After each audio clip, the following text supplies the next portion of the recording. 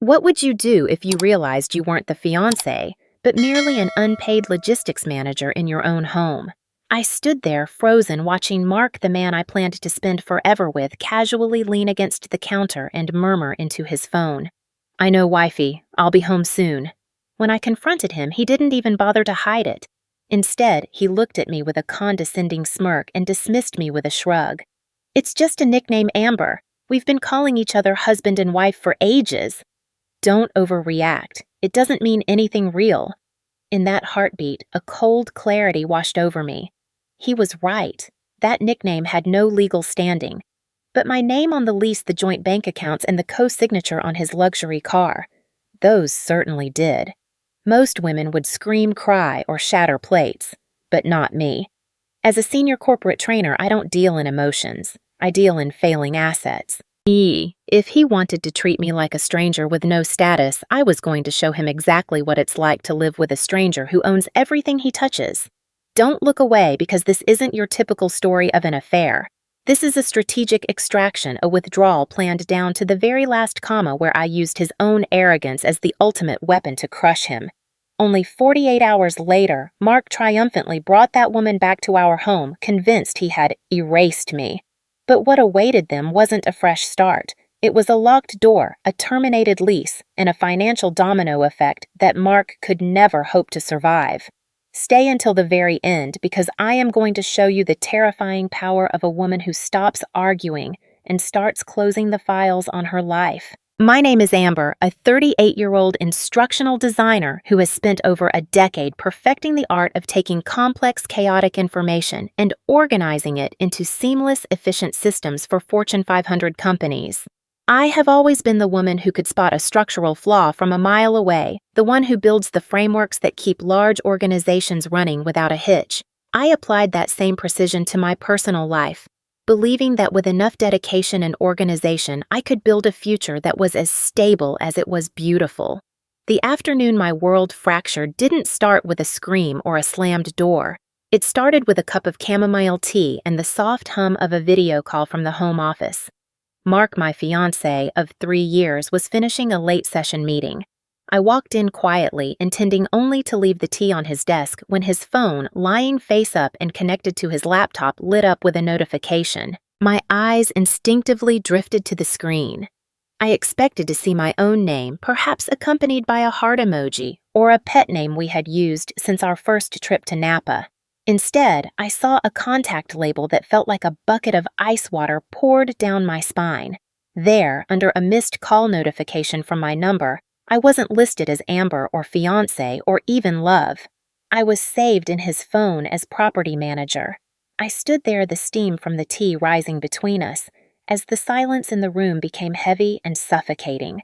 When Mark finally ended his call and looked up, he saw me staring at the screen. I didn't cry. I didn't shout. I simply pointed to the phone and asked with a voice that trembled despite my best efforts why he had labeled me that way. Mark didn't flinch. He didn't scramble for an excuse or look guilty. He simply leaned back in his leather chair, the one I had spent weeks researching to ensure it provided him with the best ergonomic support, and let out a small, weary sigh. He told me it was a productivity hack, a way to keep his digital life organized.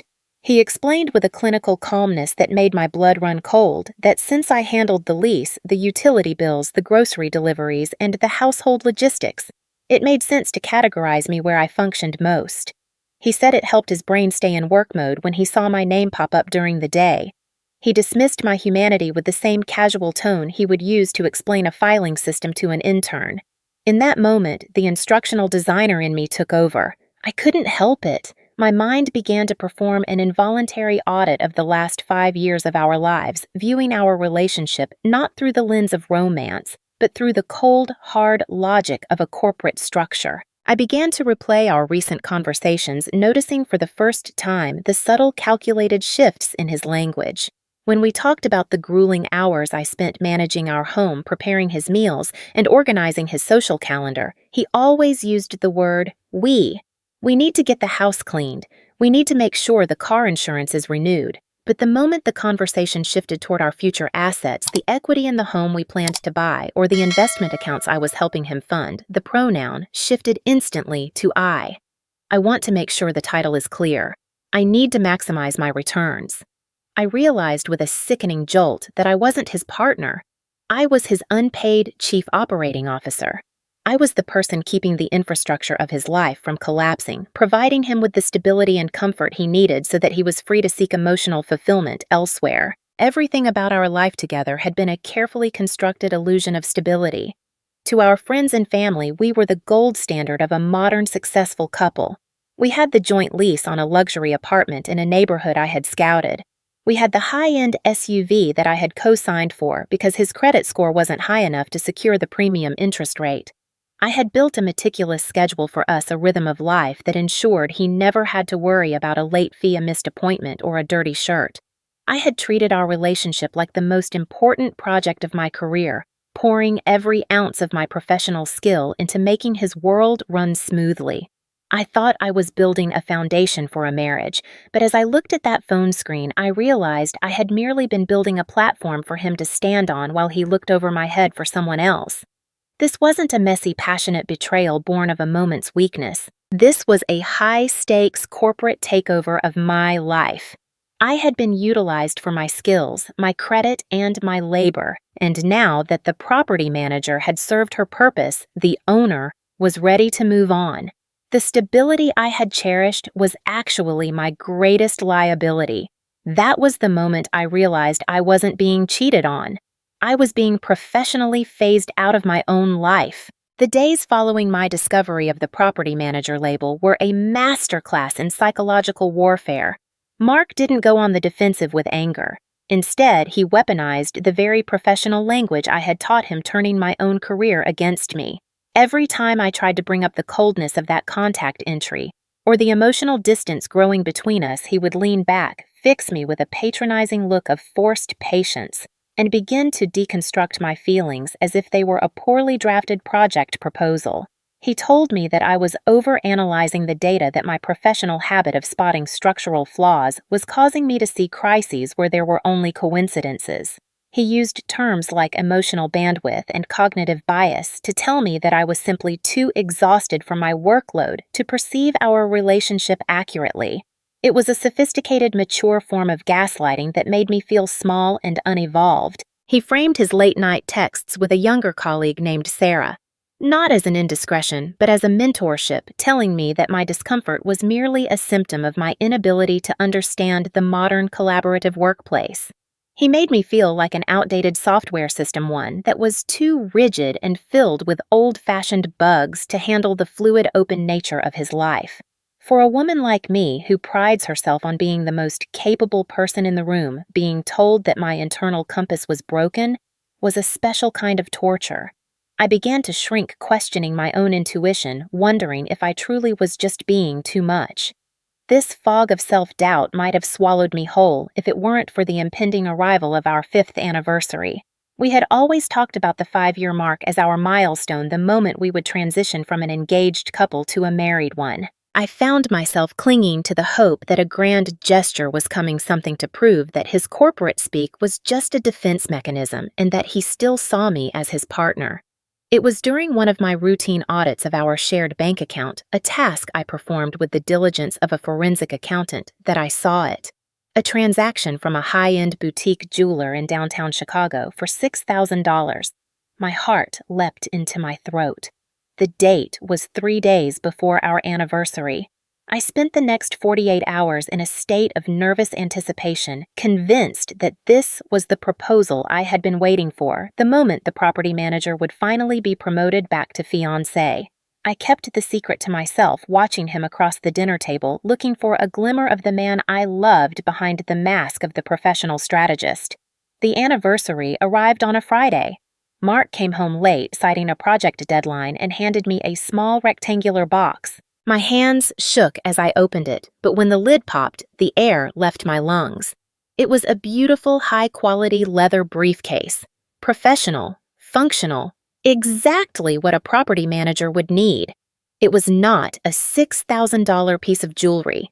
I thanked him with a voice that felt like it belonged to someone else, the briefcase feeling like a lead weight in my lap. Later that night, unable to sleep, I found myself scrolling through the social media feed of Sarah, the mentee he had defended so vigorously. There, in a post uploaded just an hour prior, was a photo of her at a candlelit dinner, her hand resting delicately against her cheek. On her wrist was a breathtaking diamond tennis bracelet sparkling under the restaurant lights. The caption read, "A gift from my favorite person for a milestone I'll never forget." I didn't need a magnifying glass to recognize the craftsmanship. It was the exact piece from the boutique on my bank statement. The pain was sharp, but it was also brief, replaced almost instantly by a terrifyingly cold clarity. I didn't scream, and I didn't wake him up to demand an explanation.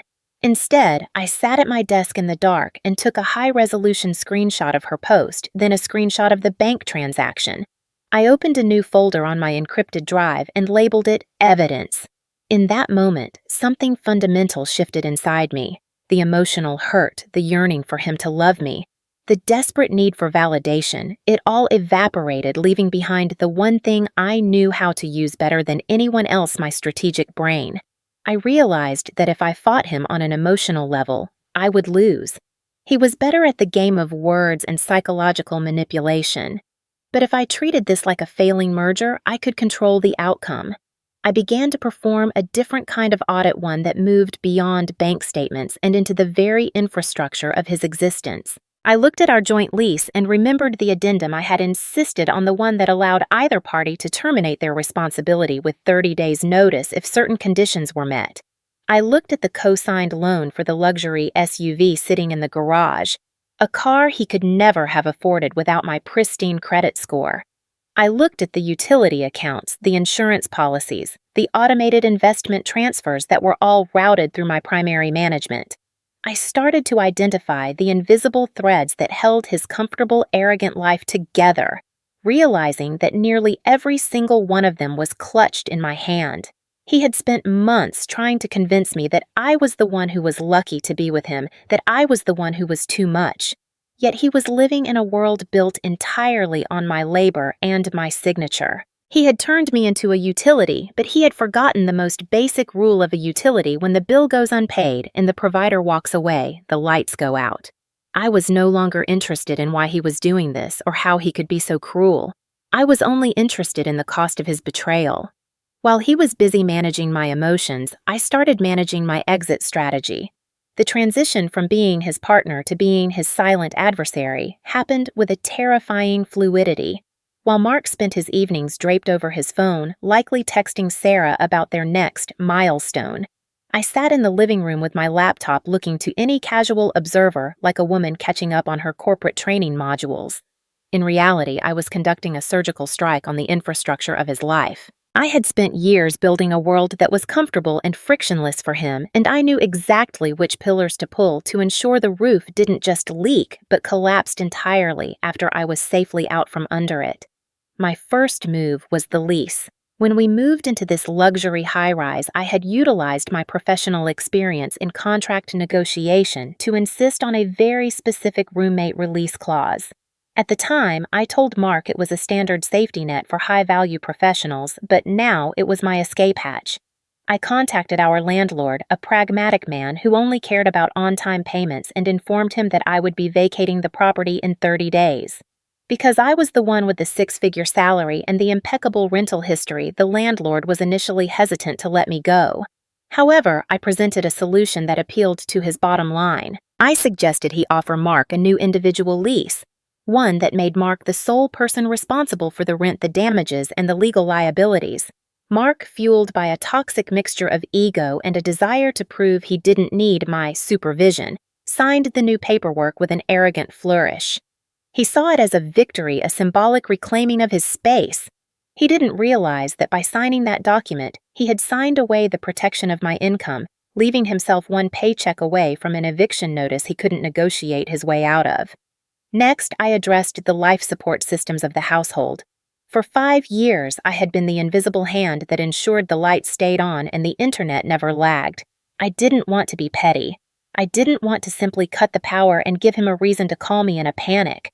That would be an emotional reaction, and I was moving far beyond emotion. Instead, I contacted the utility companies and requested a transfer of service. In the eyes of the electric and water providers, I wasn't canceling an account. I was simply moving it to my new secret apartment across town. I timed the transfer to finalize on the day of my departure. This meant that on the surface, everything would look normal. The lights would be on when he came home with Sarah, the air conditioning would be humming, and the Wi-Fi would be active. But the moment the next billing cycle hit the system, would recognize that the account holder had moved. If Mark hadn't gone through the tedious process of setting up his own accounts, a process he had never once touched in our half-decade together, the services would simply stop.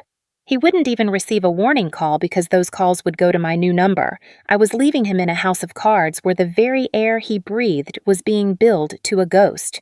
Then came the car. The luxury SUV was Mark's pride and joy, a status symbol he used to project an image of success that he hadn't yet earned. He had only been able to drive it off the lot because I had co-signed the loan, effectively lending him my credit score as a shield. I revisited the original loan agreement and found the release of interest clause I had buried in the fine print during the purchase. I contacted the lender and explained that I was exercising my right to buy out my portion of the equity and remove my name from the title. I paid the necessary fees and submitted the paperwork, effectively severing my financial link to the vehicle. This left the asset in his name, which fed his vanity, but it removed the safety net.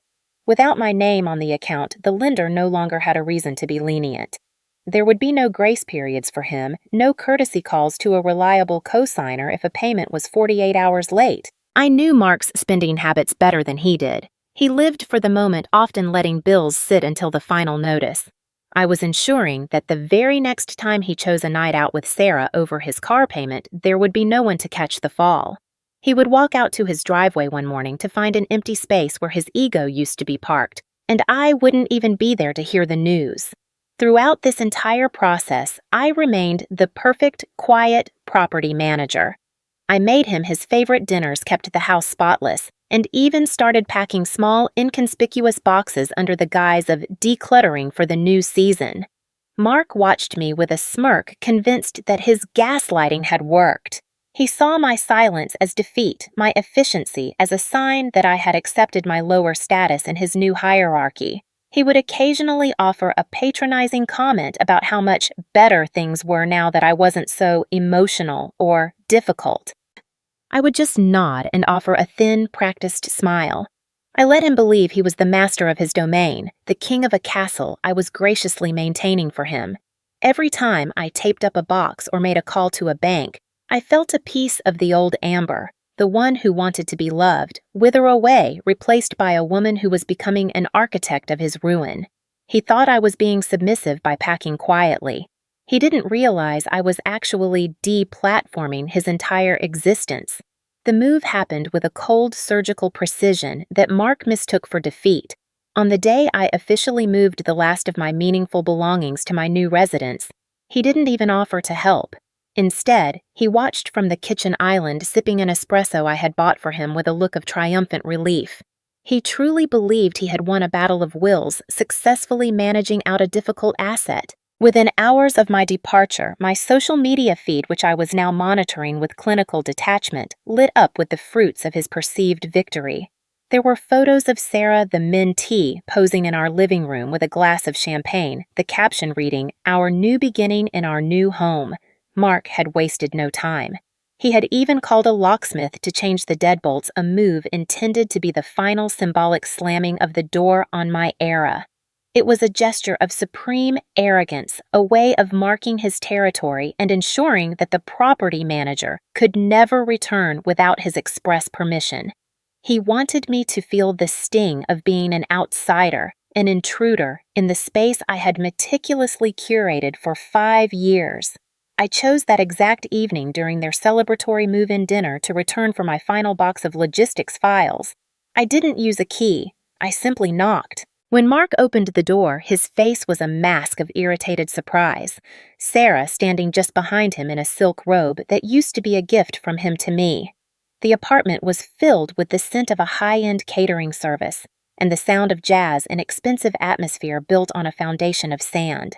I didn't offer a tear or a plea. I didn't even acknowledge the jewelry Sarah was wearing, the tennis bracelet I had tracked through our bank statements. Instead, I met his gaze with a polite, chilling smile of congratulations. I told him I was just there for the last of my professional records and that I was happy to see him finally taking full ownership of his life. My calmness clearly unnerved him. He was expecting a scene, a moment of high drama that would validate his narrative of me being the emotional one. When I didn't provide it, he grew even more boastful, puffing out his chest as if to fill the vacuum my absence had created. The atmosphere shifted abruptly when the building manager, a stern man named Mr. Henderson, appeared in the hallway. He had been alerted to the unauthorized locksmith service, a direct violation of the high-rise's security protocols that I had highlighted in my final exit report to the management office. Mark, seeing an opportunity to assert his dominance in front of Sarah, didn't wait for Mr. Henderson to speak. He stepped into the hallway, his voice booming with a newfound sense of sovereignty. He told the manager that I was no longer a resident and that he was now the sole leaseholder of the unit. He went as far as to produce the new agreement I had orchestrated, waving it like a trophy. He loudly declared that I had no rights to the property, no claim to the space, and that from this moment forward, every legal and financial matter regarding the unit began and ended with him. I stood there in total silence, a ghost in the corridor watching as he walked right into the trap. I didn't correct his tone. I didn't warn him about the strict fines for unauthorized lock changes or the fact that by claiming sole occupancy, he was also claiming sole responsibility for the massive security deposit that was now forfeit due to his breach of contract. I let the building manager record every word, ensuring that Mark's legal liability was cemented in the building's official log. He was so busy performing the role of the man of the house that he didn't realize he was actually testifying against his own bank account. Before I turned to leave for the final time, I reached into my bag and pulled out a thick, tabbed binder. I handed it to him with a steady hand. I called it the instructional manuals for the house. To Sarah, it looked like a parting gift of grace, a way for the jilted ex-fiancé to ensure the transition was smooth. In reality, it was a comprehensive list of every structural and logistical nightmare I had been quietly managing for years. It contained the schedule for the temperamental HVAC system that required a specific expensive monthly filter change to avoid a $5,000 blowout. It detailed the convoluted HOA rules regarding guest parking and noise ordinances rules that Mark was already violating with his party.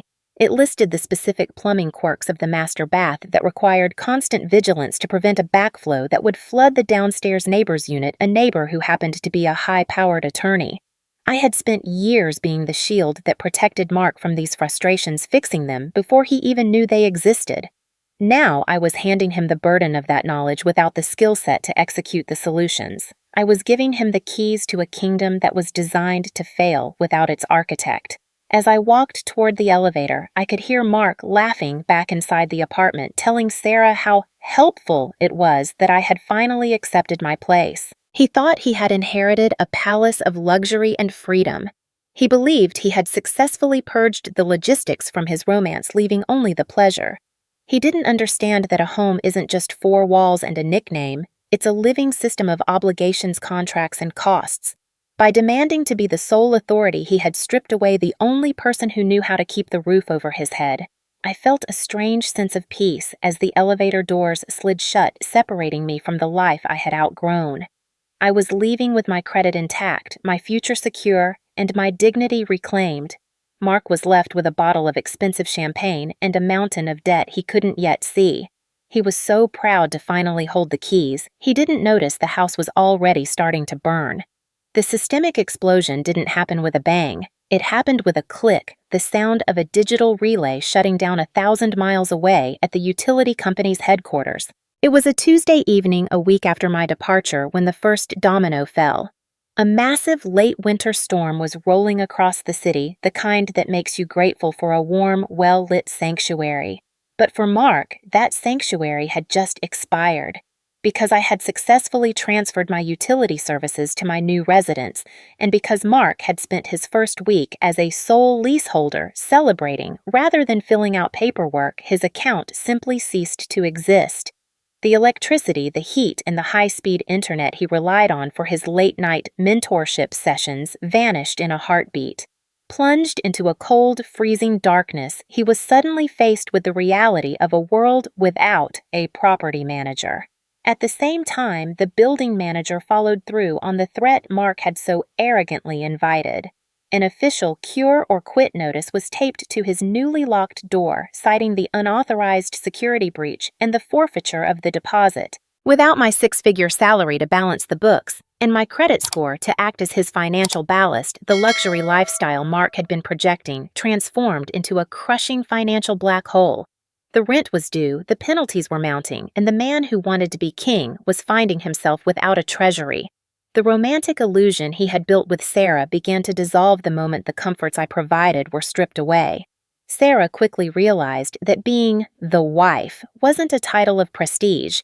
It was a grueling job description she hadn't applied for. The candlelit dinners were replaced by arguments over whose turn it was to call the electric company and why the master bathroom was starting to leak into the unit below. The tension reached its breaking point on a Thursday morning when Mark walked out to the driveway, keys in hand, only to find an empty slab of concrete. The luxury SUV, the car I had co-signed for and then quietly released my interest in, had been repossessed overnight. Without my reliable auto payments and the safety net of my credit standing, the lender had wasted no time in reclaiming the asset after he missed the very first payment deadline on his own. The romance of their new beginning vanished in the cold morning air.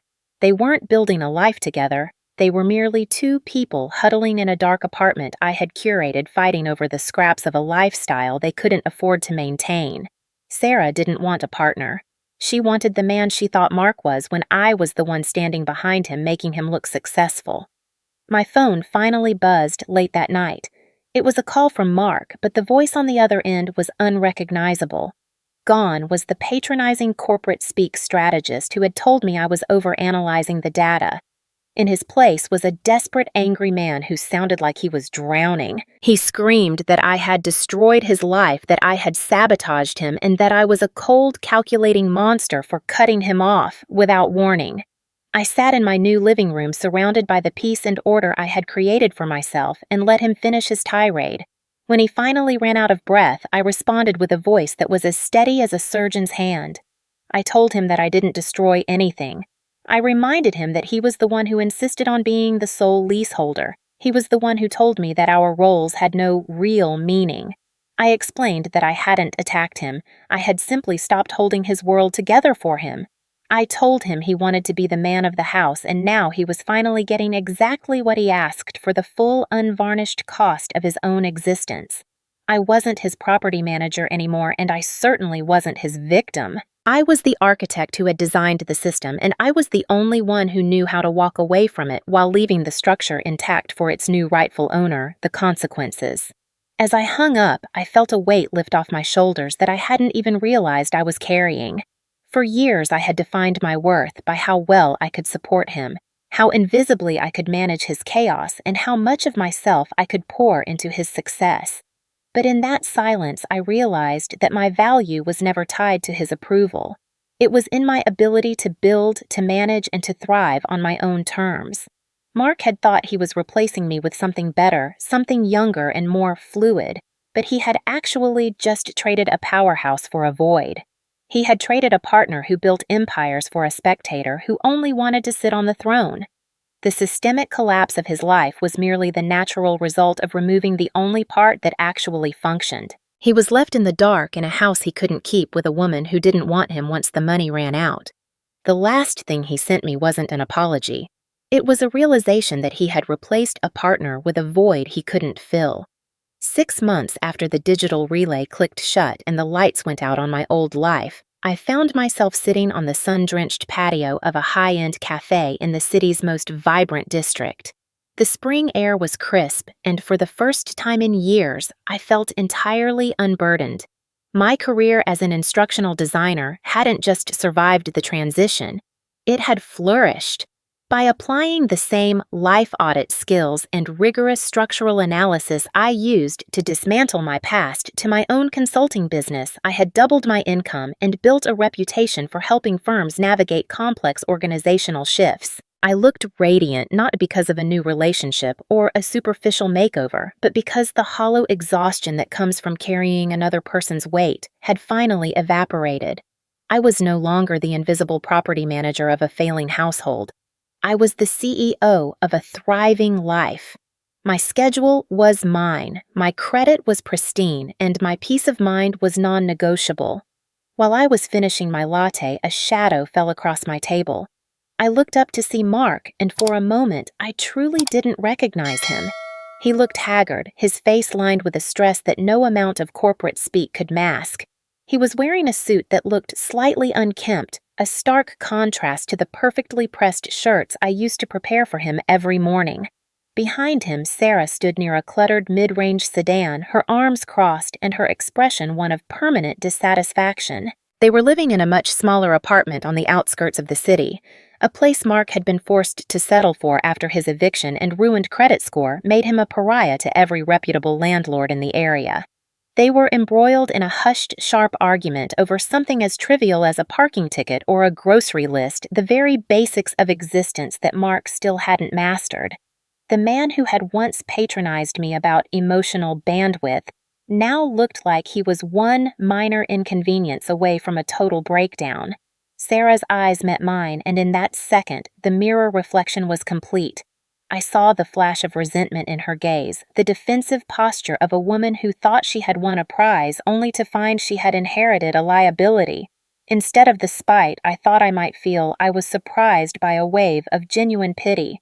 I realized then that she hadn't stolen my life. She had simply stepped into the role I had vacated. She had inherited the temperamental heater, the unpaid bills, the ego that required constant inflation, and the man who would always view her as a utility. The replacement was never about love or a new beginning for Mark. It was a desperate attempt to find a new property manager before the old one realized her own worth. My quiet departure hadn't been an act of weakness or a submissive retreat.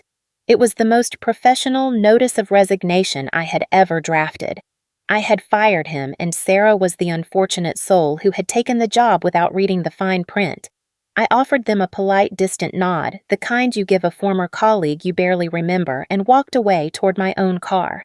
Later that evening, I stood on the balcony of my new home, a penthouse unit where my name was the only one on the deed and the only one on the lease. The city lights twinkled below me, but they no longer felt like a system I had to manage or a project I had to save. I reflected on the journey that had brought me here, from the devastating discovery of a label on a phone to the silent architect of my own future. I realized that the most radical thing any woman can do is stop explaining her value to people who are determined to miscalculate it. For years, I had begged for a title that Mark was never going to give me, not realizing that I already held the only title that mattered: owner. I had rebuilt my world from the ground up, and this time, the foundation was made of my own strength, not someone else's convenience. The air was still, and the silence of my home was a luxury I had earned through every calculated move and every legal filing. I wasn't waiting for a text, I wasn't auditing a shared account, and I wasn't preparing a briefcase for a man who didn't respect the woman carrying it. I had achieved the ultimate glow-up not by finding a new man to call me wife, but by finding the woman I had nearly lost in the logistics of someone else's life. I was whole, I was secure, and I was finally truly free. The most powerful thing I ever did wasn't getting even. It was becoming so successful that I became out of network for his drama. I hope Amber's journey has provided you with a new perspective on the power of silence and intelligence when facing betrayal. This story isn't just about retribution. It's a powerful reminder that a woman's worth is never defined by the labels others place upon her, but by her own autonomy and the courage to protect herself. What are your thoughts on Amber's choice to withdraw strategically instead of engaging in a loud confrontation? Would you have the composure to quietly close the files on your life if you were in her shoes? Or do you believe Mark deserved an even harsher lesson? Please share your insights and any similar experiences you've had in the comments below, as your opinions drive our community and inspire us to create more profound, real-world content like this. If you found this story inspiring, please subscribe to our channel and turn on notifications so you never miss an episode of high-stakes transformation and female empowerment. Your support is what allows our community to grow stronger and more united every day. Thank you for listening and for staying with us until the very end of today's story.